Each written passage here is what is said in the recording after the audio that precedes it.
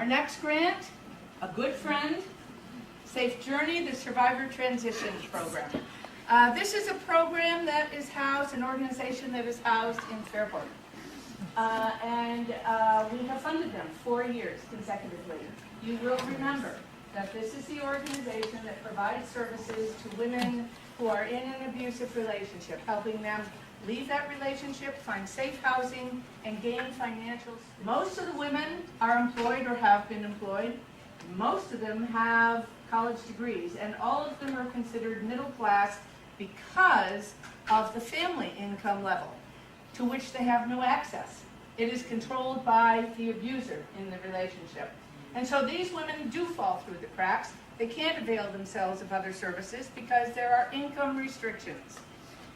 We provide services that will help women gain financial skills, because every woman who presents at Safe Journey, every woman has financial problems and issues, 2/3 of which are deemed to be crippling. Either because they have such a debt load because of the nature of the abusive situation, or legal fees incurred in getting out of the relationship. There's one other dynamic that really is addressed, and that is that many of the women who are clients are ashamed, find this a shameful thing. They can't talk to their friends. They don't want their friends to know that this has happened to them. They see themselves as not only being taken advantage of, being hurt, but not fitting anymore. And so there's that dynamic that the financial counseling that is provided to 25 of them, where the counselor really needs to establish a trusting relationship for that woman to fully open up and disclose exactly what has happened in her financial situation. So again, and you know what happens is not very different from the cash program. They start at the beginning. What's the whole picture? How do we establish a budget? What can you live on? A lot of these women come from a household of $150,000, $200,000, and they now have $35,000 to live on. That is a hard budget to construct. And so they walk through that through a series of meetings, 6 to 8 times, with a good financial counselor, create that budget, rebuild their credit rating. Theirs is not destroyed because of predatory lending. It's destroyed because usually they have incurred debt, a co-signing or a co-credit card, and their name is on that debt, and so that reflects on their credit rating. Or they've had to use their credit card to live on as they're trying to extract themselves from the relationship. Safe Journey, when we checked in with them in January, had 14 women going through this program. They are fully on track to meet all their objectives. And so to continue this, our grant of $5,000. Our next grant goes again to an old friend, St. Joseph's Neighborhood Center, Women on the Move. St. Joe's started up back in 1993, I think, and provided services, both primary health, mental health, and social service help to a working poor uninsured population. These are folks that don't earn enough to qualify, earn too much to qualify for Medicaid, and don't earn enough to buy health insurance on their own. Over the course of the years working with this population, St. Joe's realized there were a lot of women, a lot of their clients had the potential to improve their economic status if they had the right supports, and that is what this program provides. It provides support to increase a woman's employability in the marketplace. Now, it will serve 12 to 15 employed working women who have at least a high school education or GED, are head of household, and who have a continuing relationship with the center. St. Joe's has been able to observe the women over time and determine which women are capable and able to go on to the next rung. This is our next rung, if you will, of moving a woman up that ladder towards economic self-sufficiency, helping her become employed at a job paying a living wage, getting promotions, etc. So the women, when they come in, go through a battery of testing. This is to determine really her ability to engage in what is an intensive 9-month focus and training on improving her employability in the eyes of employers. Once they get through that, they sit down with the program coordinator, set goals for themselves. What is it you're trying to accomplish? Where do you want to go? How do you do that? And then they begin attending weekly meetings at night. And they cover all of the life skills, the necessary components that will help this woman grow in her employability. The other thing they have to do at the same time is attend the center's 8-week self-esteem workshop, which is an additional 2 hours, 1 night a week, as they go through this. Now think about this. Here's a woman who is working full-time, maybe even has another job, and 2 nights a week commits herself to coming in and going through a growth experience that will result in her long-term employability. That is a commitment, and St. Joe's is the other side of the commitment. How have they done with their program? Well, here is a 6-year track record. 89 women have graduated, gone through this program, and 77% of them have significantly improved their economic status, or have gone on to further education, or have improved their housing dramatically. And so our our grant of $10,000 continues this good work that continues. Our next grantee is a newcomer. This is our new group on the block, if you will. Sisters Together, Achieving Results, STAR. 10 years ago, 4 professional women, friends, sitting in a living room. Does this sound familiar? Decided they had to do something to help young women stay in school, graduate, not get pregnant, go on to college. And so with that, it happened. STAR was born. It was that simple.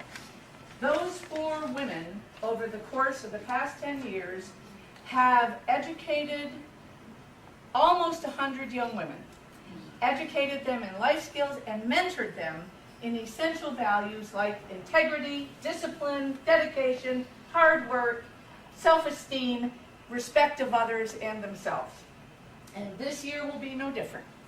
They will provide all of that to 16 young women, grades 9 through 12 in the city school district, and the same 4 women, as well as a network of friends they've grown over the year, will continue providing this twice a month meeting that all the girls need to attend to focus on those growth learnings that will help them do exactly what the objective says. Stay in school, go to college.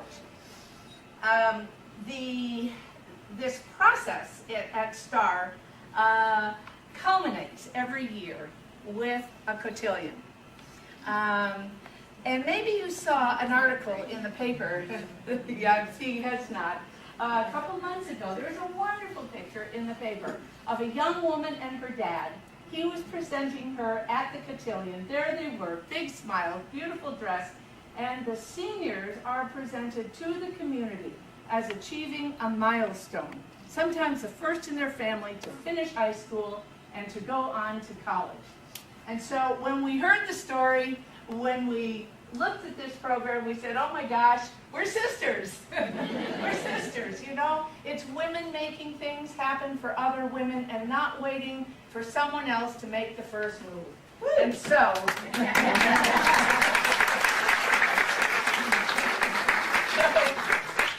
and by the way, funding for this program, mostly out of the pockets of the 4 founders, as well as their friends and the city that gives them space to meet. So we are thrilled to provide a grant of $5,000 to cover some of those. Our next grant goes to SPCC, Society for the Protection and Care of Children, longtime organization, And in '93, they began their teenage parent support services. Now, I know Paula and I decided we would not bury you in statistics again this year, but I have something, if I can find it at this point, that I want to read to you. And maybe I can't find it, but yes, I can. A little bit about teenage moms, pregnant or parenting. In 2008, in Monroe County, there were 893 kids born to teen moms. And this September, those children will fill 40 kindergarten classrooms. It's one. The moms, 96% of the moms are not married. Over a half live with their parents, or excuse me, one parent. 80% rely on public assistance, and less than 25% complete high school. And here's a statistic that for me rocked me. Teen moms earn an average of $5,600 a year during their first 13 years of motherhood. That is their life. And that is the pattern that this program specifically is trying to break. To help pregnant and parenting girls stay in school, not get pregnant again. And so they'll work with, actually a total, I want to separate this. They work with 50 young women in this program annually. That's when their funding cuts off. That's all they are funded for. Our grant this morning funds an additional 15 girls. Now, they provide them with very strong case management and life skills program. I want to talk about the case management because there's a difference in this program. The case management is done in-house. They go to the girls' home. They don't come into SPCC. That does a number of things. It frees up that young mom from figuring out, how do I get there? Do I get childcare? Do I take the kids? And then who will mind the kids, etc. It also provides that case manager with a wealth of information on how that young woman really lives and interacts with her children. They focus on building not only plans for her either education or employment, but they focus on what are the networks and supports that you need in order to accomplish those plans. Everyone needs help. They need to have someone they can rely on if their babysitter is sick. They need to have someone who might be able to take them if their car breaks down, those kinds of things. So after identifying that, and after focusing on parenting skills, which is a reoccurring theme in this group, the young women also move on to attending life skills programs. They do come into SPCC for this, and they focus specifically on employment.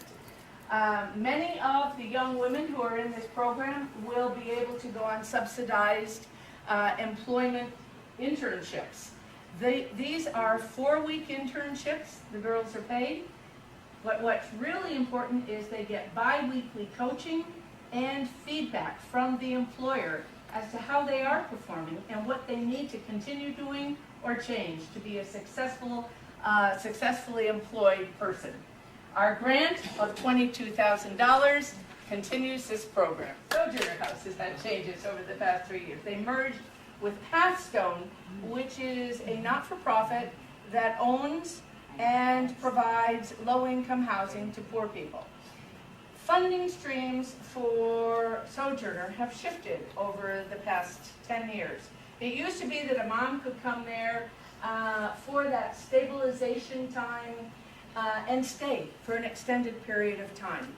Not so anymore. In fact, the rate of time, the length of time is 3 to 6 months for moms. And this population really is taking the first step. You know, we have, all of you who are members know that we established a focus on women who are not in crisis. These women are coming out of crisis and this is their first step. And Sojourner provides it to them. So they come in, they have 3 to 6 months, not a long time, to try and rebuild, refocus their lives.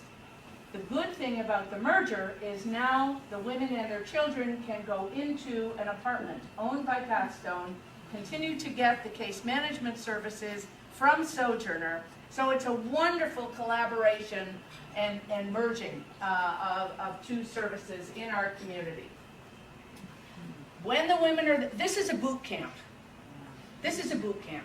The women come in and every one of them have to go to this Henrietta Hammond Life Skills Institute, which is what our dollars contribute to. And so they attend a program that has 8 core components, as you can see, that is given on a rolling basis of 8 weeks. So for 8 weeks the program runs, then there is a break. Then 8 more, they run again, and then there's a break. And so women, if they are there and fortunate, can repeat it. The one thing that is repeated on a weekly basis is the parenting class. And moms attend that faithfully because many of these women have had their kids taken from them or just returned. Most of them have had some involvement with child protection services, and getting their kids back is a huge motivation. So they attend these programs. The parenting, by the way, is also supplemented by a monthly workshop or a monthly activity, really. It's not a workshop. It's an activity for moms and their kids where they can interact, interface with some supervision, with some help. Over the past year, Sojourner has just been the backbone for a starting point, the starting point for many women. Here's their long-term track record over 10 years. 94% of their women stay in permanent housing at least 1 year. And by the way, it's only limited at that because that's all they track them for. So for 1 full year, they stay in permanent housing. 75% of their residents have stayed sober for at least 1 year, and 96% have kept their families together. Remarkable outcomes, and our grant of $11,500. Our last grantee this morning goes to the YWCA, to the College Readiness for Young Moms program. They need no introduction. This is the grandmother of organizations providing support to women in this country. In the 60s, the focus of the Y shifted. You remember, I loved seeing Jean Carroll because when I moved to this city in 1966, I came to work in the inner city. I didn't know anything about Rochester. I was not from here. And guess where I lived? At the Y. And we found my room. I'm on a plaque.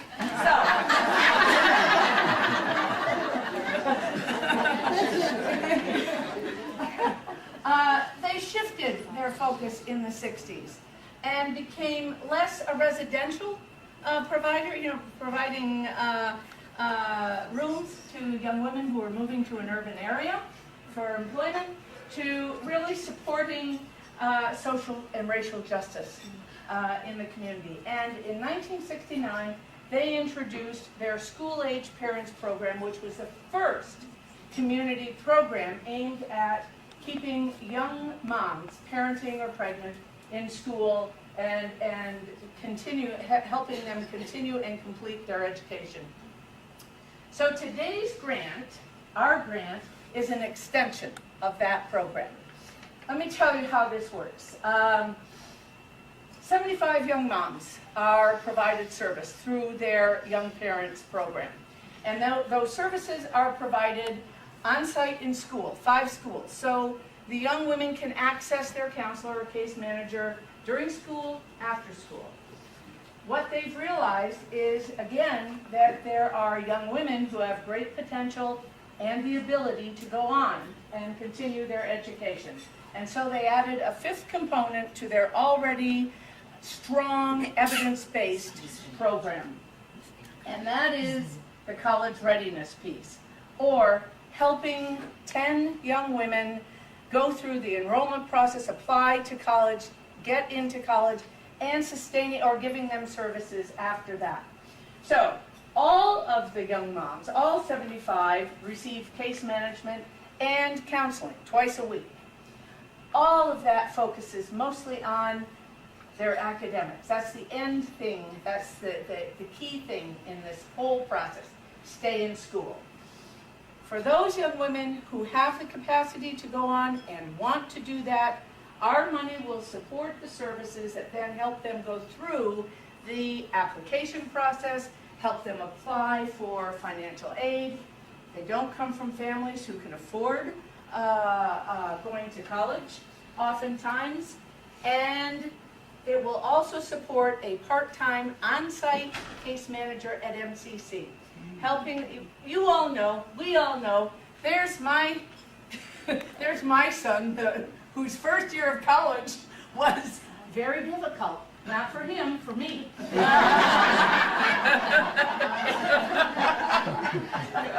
That first year of college is difficult for everybody.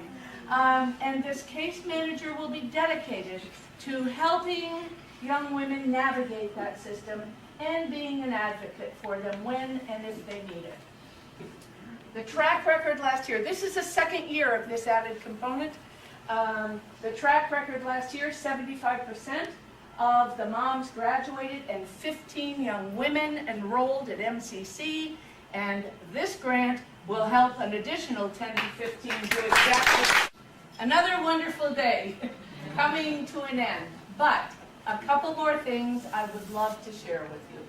First of all, please know that with our 125 and the additional 7 added in, this now brings our total granted in 6 years to $463,000. This has made us the largest women's fund grantor in New York State outside of New York State.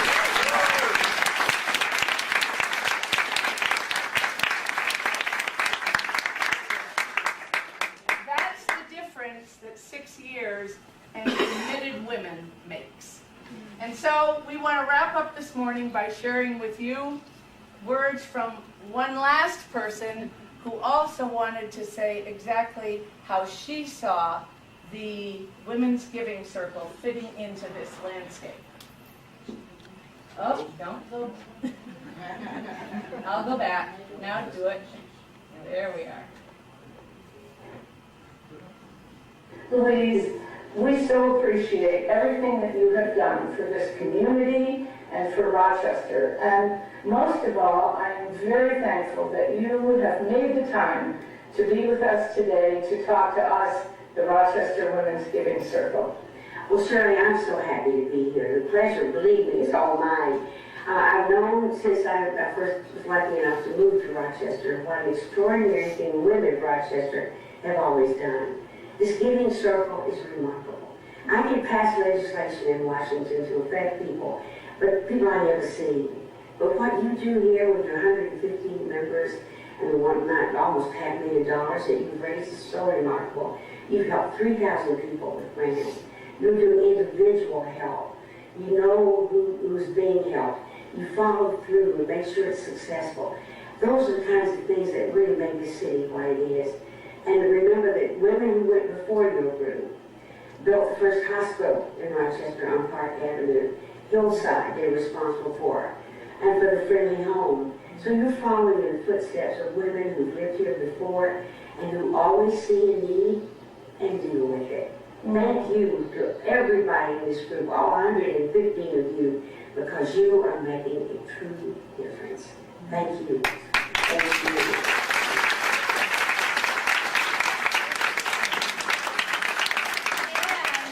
And I would like, and Paula would like to thank you.